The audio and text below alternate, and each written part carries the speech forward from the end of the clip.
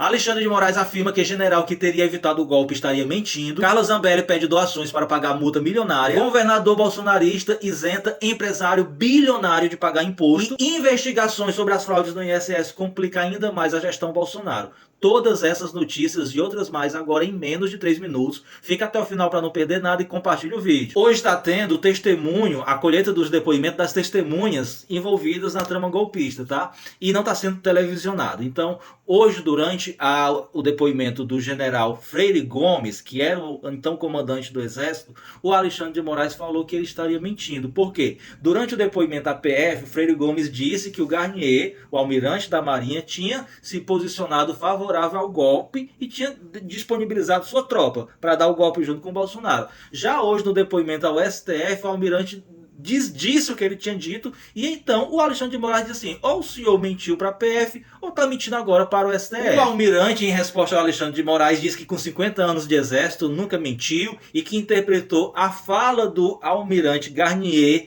como uma forma de respeito ao chefe supremo das Forças Armadas, que seria o Bolsonaro. Ou seja, meus amigos, está passando pano para o seu militar golpista. E inclusive o senhor também está a cometer o crime. O senhor prevaricou, porque era para ter dado voz de prisão ao Bolsonaro quando ele propôs o golpe. E o Alexandre de Moraes deu uma boa bronca no advogado Anderson Torres, que hoje fez a mesma pergunta para uma testemunha 6 vezes. E ao levar a bronca, o advogado respondeu assim: ó, só queria ter o mesmo tratamento da acusação. Sou simples advogado distante do PGR, o que deixou o Alexandre de Moraes mais indignado ainda. O Alexandre de Moraes disse que não iria permitir que ele fizesse do STF um circo e repetiu que o advogado fez as mesmas perguntas 6 vezes de maneira repetida, com a intenção de fazer com que a testemunha mudasse a sua resposta e que ele não iria permitir esse tipo de conduta. O homem é valente, minha gente. E um servidor da Polícia Rodoviária Federal disse que ficou desconfortável quando foi obrigado pela direção desta instituição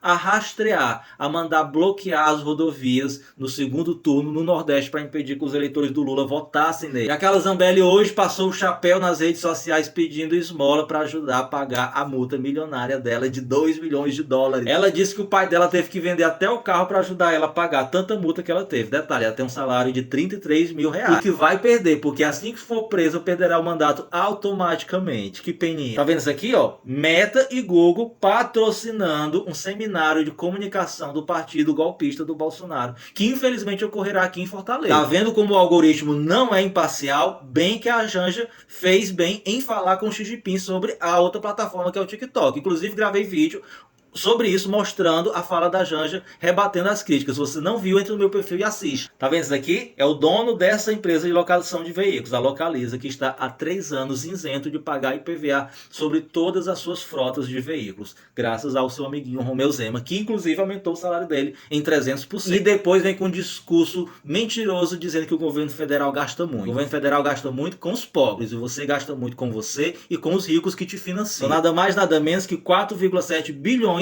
que deixaram de entrar nos cofres públicos. E as investigações sobre as fraudes no INSS, cada dia que passa, complica mais ainda a situação do Bolsonaro. O Jornal Nacional da Globo já mostrou 2 funcionários que foram ameaçados de morte porque estavam barrando essas irregularidades durante a gestão Bolsonaro e que nada foi feito após a denúncia dele. Só para vocês terem ideia, a maioria dos acordos feitos entre essas instituições e o INSS para poder descontar dos aposentados foram feitos entre 2019 e 2022, período do governo Bolsonaro. E ainda tem a cara de pau de querer colocar a culpa no governo atual, que é o único que está investigando, porque se o Bolsonaro tivesse sido reeleito, continuaria com a mesma fraude potencializada ainda mais. E olha que maravilha, esse fiscal de eleição se recusando a cumprimentar o Javier Milei ontem na Argentina, que foi dia de eleição. Javier Milei levou até um microfone no nariz, que bateram nele, e ele ficou indignado, querendo bater boca com o repórter, dizendo que ele tinha feito de propósito. Só para concluir, o Geraldo Alckmin entregou uma carta do presidente Lula ao Papa Leão, convidando ele para comparecer à COP30, que ocorrerá este ano aqui no Brasil. E o Bolsonaro foi alertado em 2022 pela agência de inteligência de que iria sim ter uma tentativa de golpe feita pelos bolsonaristas,